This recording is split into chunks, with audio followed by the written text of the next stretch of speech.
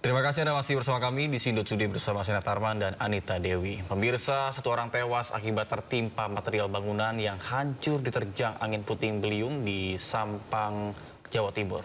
Ya, sementara di Jember, hancurkan sebuah gedung SPPG yang baru dibangun.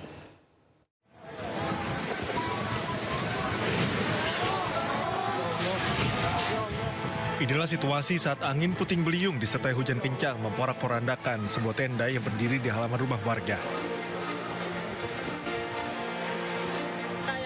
Sejumlah pohon tumbang hingga menutup akses para pengguna jalan.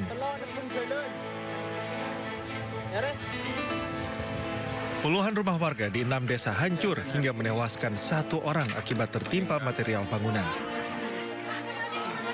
Dengan puting beliung di wilayah Camplong, yaitu ada salah satu korban, yaitu Musayyib, umur sekitar 50 tahun, di mana TKP-nya di Desa Prabasa, Kecamatan Camplong, Kabupaten Sampang.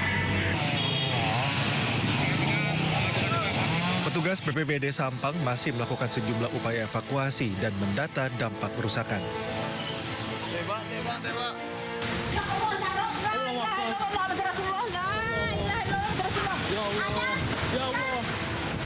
Angin puting beliung juga menerjang Kecamatan Wuluhan, Jember, Jawa Timur.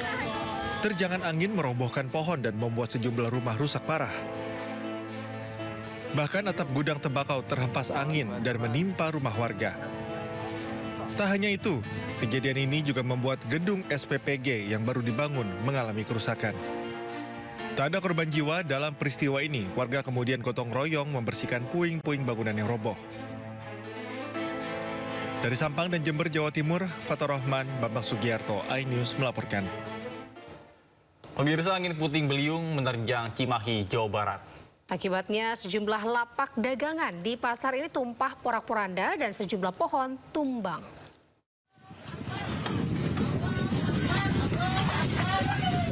Angin puting beliung menerjang kawasan Pasar Tumpah di dekat komplek pemerintahan Kota Cimahi pada Jumat sore hingga memporak-porandakan sejumlah lapak pedagang dan menumbangkan beberapa pohon. Beberapa atap warung milik para pedagang pun berterbangan akibat kencangnya tiupan angin. Puting beliung menerjang sekitar pukul 15 waktu Indonesia Barat dengan durasi sekitar 1 menit. Akibat peristiwa ini, para pedagang mengalami kerugian mencapai puluhan juta rupiah. Tapi saat ini alhamdulillah tim kami sudah full tim untuk turun dan kami dibantu juga dari Tagana dan juga dari Satpol PP, termasuk juga Disub untuk pengamanan jalan. Jadi kami targetkan malam ini selesai penanganan semuanya. Petugas gabungan dan pihak pemerintah Kota Cimahi terus berupaya mengevakuasi pohon tumbang dan memperbaiki lapak dagangan yang rusak diterjang puting beliung. Dari Cimahi, Jawa Barat, Yuwono Wahyu, iNews melaporkan. Seperti tidak ada habisnya, pertandingan bola berakhir ricuh. Di Jepara, Jawa Tengah, supporter Persijap ini Jepara ribut dengan Persis Solo. Berakhir imbang, namun supporter dua kubu ini justru terlibat keributan.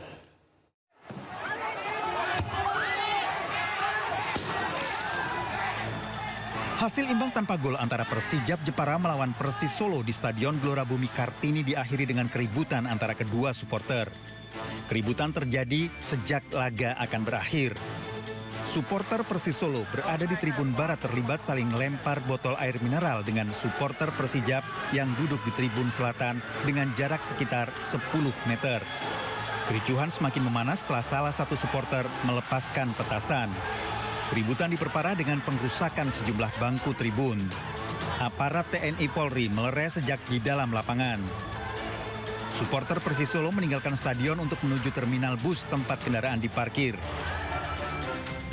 Untuk proses penyelidikan, aparat Polres Jepara telah mengamankan belasan orang guna dimintai keterangan. Dari Jepara, Jawa Tengah, Alip Sutarto, iNews melaporkan. Pemirsa, jaga kesucian bulan suci Ramadan, area lokalisasi di Gang Boker Ciracas, Jakarta Timur digerebek petugas gabungan. Sejumlah wanita tuna susila melarikan diri, beberapa diantaranya juga dibawa ke panti sosial untuk dibina.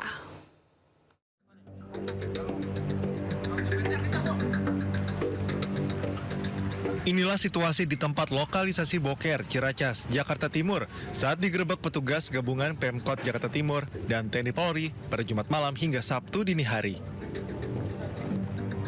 Sejumlah pekerja seks komersial kocar-kacir melarikan diri.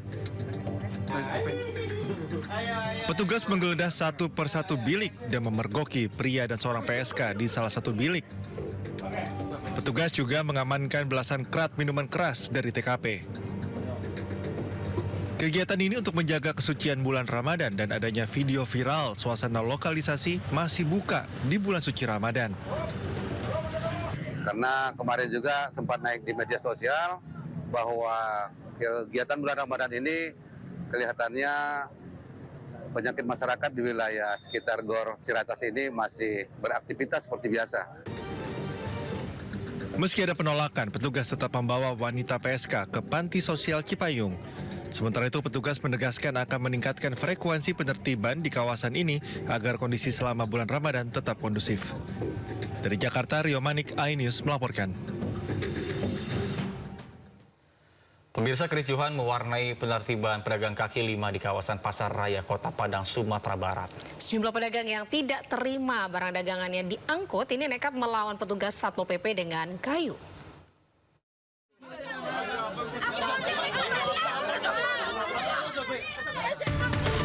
Pedagang di kawasan Pasar Raya Padang, Sumatera Barat berusaha melawan petugas saat ditertibkan dengan kayu. Mereka menghalau petugas yang akan mengangkut barang dagangannya.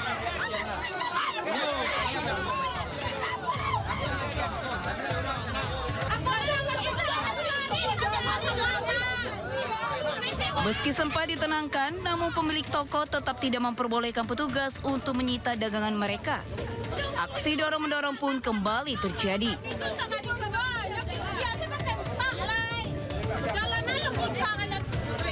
Penertiban dilakukan karena pedagang berjualan di selasar pasar. Pemerintah Kota Padang melarang berjualan di selasar karena mengganggu akses jalan masyarakat. Untuk pedagang kaki lima yang masih tidak mengindahkan terkait dengan tidak bolehnya beraktivitas ataupun berjualan di selasar pasaraya, karena lokasi-relokasi untuk pedagang selasar yang berada di pasaraya tersebut sudah disediakan oleh Dinas Perdagangan di basement fase 7. Meski berjalan panas, namun petugas tetap menertibkan pedagang yang melanggar. Rencananya penertiban akan rutin dilakukan di pusat pasar terbesar di Kota Padang ini. Dari Padang, Sumatera Barat, Budi Sunandar, iNews melaporkan. Pemirsa, puluhan santri di Jombang, Jawa Timur dievakuasi ke rumah sakit karena diduga keracunan menu makan bergizi gratis. Polisi kini masih memeriksa sampel makanan berupa nasi rawon dan telur asin di laboratorium.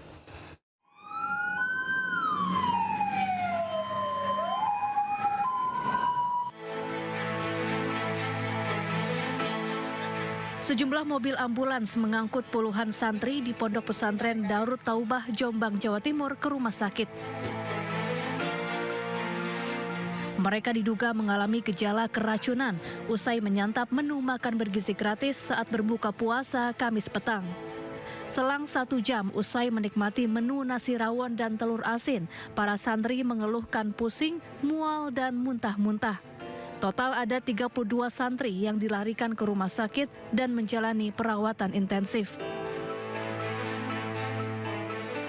Masih kita dalami untuk sampelnya, kita laksanakan juga rapid test cepat, sementara hasilnya belum ada indikasi keracunan, namun untuk memastikan ini agar lebih secara scientific crime investigation, kita juga berkoordinasi dengan Balai Pemeriksaan Laboratorium Kesehatan di Jawa Timur, di Surabaya, dan sudah kita siapkan sampelnya dari rawon, buah rawon, kemudian juga dari telur asin yang disantap oleh para santri di saat berbuka puasa tadi. Kini polisi masih memeriksa sampel makanan dan minuman yang dikonsumsi santri di laboratorium untuk mengetahui penyebab pasti keracunan. Dari Jombang, Jawa Timur, Muhtar Bagus, iNews melaporkan. Pemirsa, sekelompok suku anak dalam membawa kabur seorang terdakwa kasus pencabulan di Kabupaten Tebo, Jambi.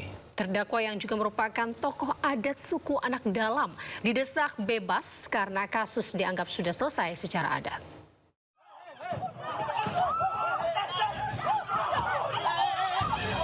Peristiwa mengejutkan terjadi di Pengadilan Negeri Tebo, Jambi.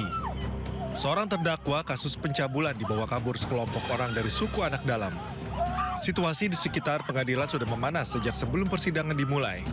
Keluarga terdakwa bersama anggota komunitas suku anak dalam meminta agar terdakwa dibebaskan dan sidang dihentikan. Mereka berdalih terdakwa dan korban masih berada dalam satu komunitas yang sama, serta telah melakukan perdamaian melalui sidang adat. Namun aparat penegak hukum tetap meminta seluruh pihak menghormati proses hukum yang sedang berjalan hingga ada putusan dari majelis hakim. Ketegangan memuncak setelah sidang selesai. Sekelompok suku anak dalam menyerang petugas yang hendak membawa terdakwa kembali ke lapas kelas 2B Muara Tebo hingga membuat situasi tak terkendali. Dalam kekacauan ini, massa dari suku anak dalam membawa terdakwa ke dalam mobil berwarna putih. Dalam mengingat terdakwa dan korban merupakan bagian dari komunitas suku anak dalam yang masih memiliki hubungan kekerabatan. Dalam pertemuan tersebut, sebagian pihak dari komunitas suku anak dalam menyampaikan permintaan agar terdakwa dikeluarkan dan proses persidangan dihentikan. Karena menurut mereka telah terjadi perdamaian secara adat di antara pihak keluarga yang telah diajukan kepada majelis hakim. Saat ini aparat gabungan dari Kejaksaan Negeri Tebo bersama Polres Tebo dan TNI terus melakukan pencarian terhadap terdakwa. Kasus ini menjadi perhatian publik karena terdakwa merupakan tokoh adat di komunitas suku anak dalam. Dari Tebo, Jambi, Budi Utomo, iNews melaporkan. Pemirsa hendak mencari makanan santap sahur, seorang ibu rumah tangga di Kota Bekasi menjadi korban kawanan begal bersenjata tajam. Suami korban berhasil menangkap salah satu pelaku.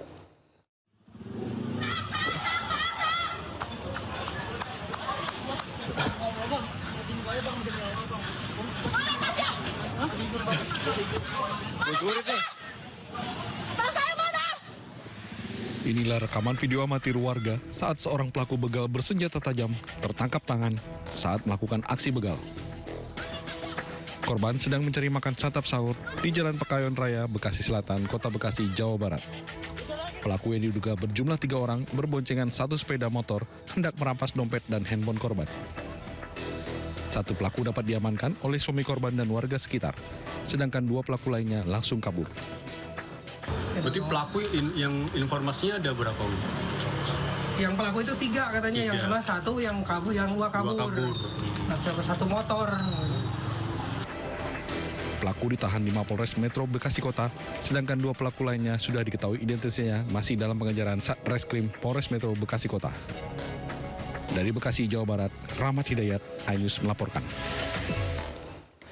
Pemirsa, pelarian seorang pria spesialis pencuri kotak amal masjid di Solok, Sumatera Barat akhirnya berakhir. Pelaku yang diketahui kecanduan judi online ini diringkus tim gabungan saat sedang tertidur lelap di sebuah rumah kontrakan.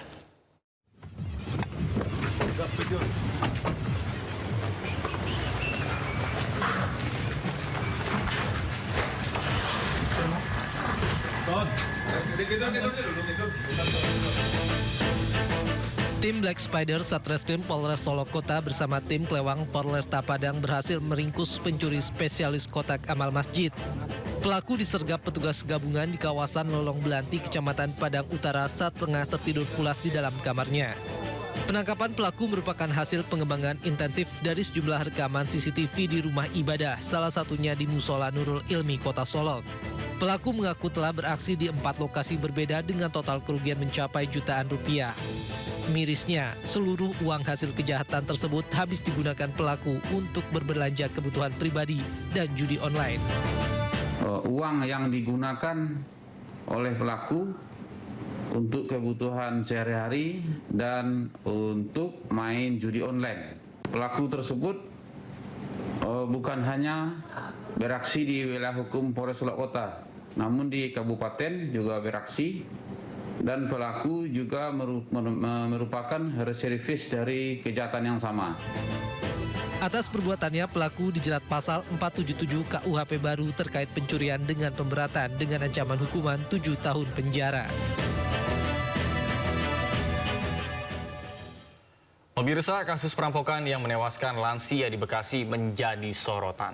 Korban ini ternyata adalah pegiat anti korupsi. Polisi pun diminta untuk menyelidiki kasus ini hingga tuntas.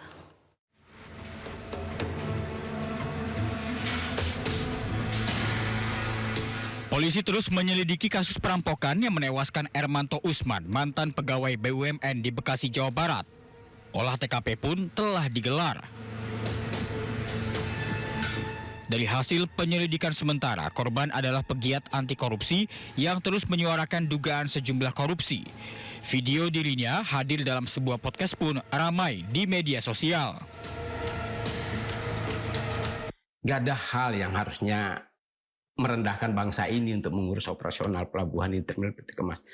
Pak Gun, Terminal Peti Kemas ini penyumbang sekarang pendapatan pelabuhan ya terbesar. Satu. Yang kedua, peti kemas yang melalui Jakarta ini 70% adalah di Jakarta loh Pak. Sementara itu, anggota Komisi 13 DPR RI, Rieke Diah Pitaloka, meminta polisi untuk mengusut tuntas kasus ini. Rieke juga sempat mengunjungi keluarga untuk menyampaikan bela sungkawa. DPR juga meminta perlindungan untuk istri dan keluarga korban kepada LPSK. Indikasi kuat ini bukan pencurian, tidak ada barang yang hilang. Jangan ada yang memframing ini perampokan. Ini bukan perampokan karena tidak ada barang yang hilang kecuali kunci mobil, dompet dan handphone. Ya, jadi saya kira perlu ada kajian dan investigasi yang lebih luas, lebih tajam dari pihak kepolisian. Sebelumnya korban ditemukan tewas bersimbah darah di kamar rumahnya di kawasan perumahan mewah di Kota Bekasi, Jawa Barat. Sementara itu, istri korban ditemukan dalam kondisi kritis. Tim Liputan, iNews melaporkan. Pemirsa, diduga curi labu siam lansia di Cianjur, Jawa Barat tewas usai dianiaya tetangga. Mirisnya dalam kondisi luka, lansia tersebut menyampaikan niat kalau labu itu untuk buka puasa dengan ibunya yang sudah tua.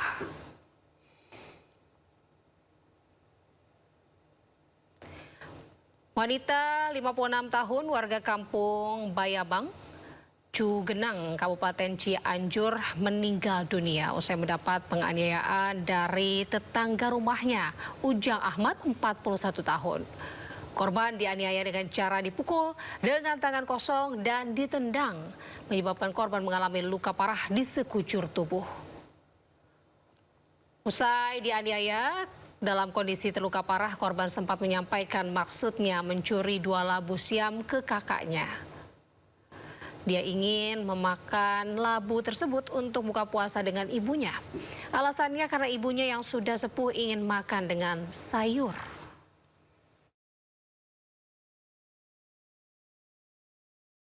Bapak menyaksikan adik bapak itu dianiaya. Ya, dia menyaksikan saya sampai si pelakunya pulang. Dia pulang ke rumah sambil goyang-goyang begini, mungkin karena ada sakit lah, itu seperti itu ya. Bawa labunya 2, ini yang saya curi. Jadinya saya mau dimasak itu, saya menyesal di hati. Curi yang mau dimasak buat luka. Siapa? Sementara itu, inilah nenek yang ramai di media sosial. Diduga merupakan nenek korban yang meninggal dunia akibat mencuri labu siam. Meskipun sudah meninggal dunia, ternyata nenek tak menyadari anaknya telah pergi. Nenek itu hanya menjelaskan kalau Minta merupakan sosok yang sangat peduli kepada dirinya dan selalu menyiapkan makanan untuk berbuka puasa.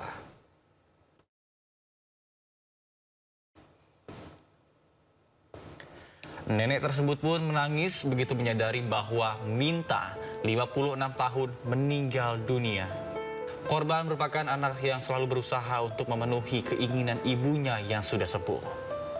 Meskipun korban tidak memiliki uang, korban pergi ke kebun dan diduga terpaksa mengambil labu siam untuk dimasak serta untuk berbuka puasa bersama dengan keluarga.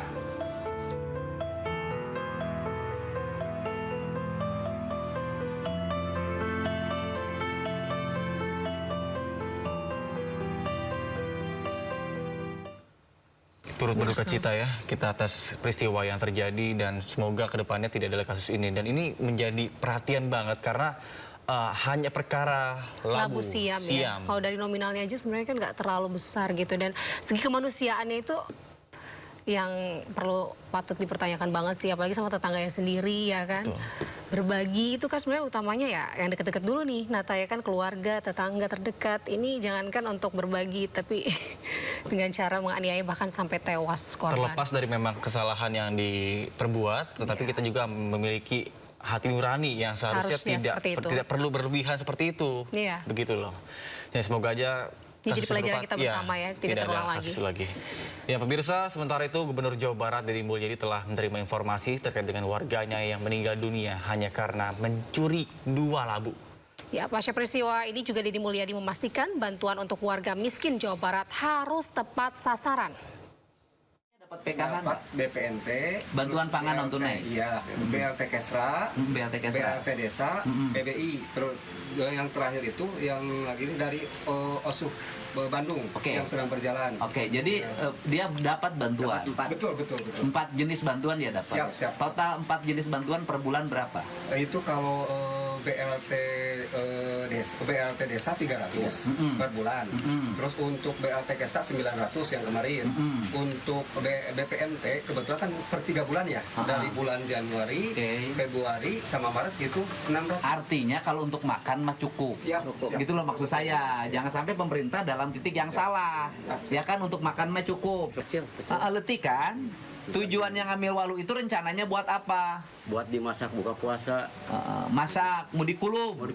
Ya, gitu. Oleh minta tuh. Ya, gitu. Dikarenakan waktu itu hanya sangu 1 piring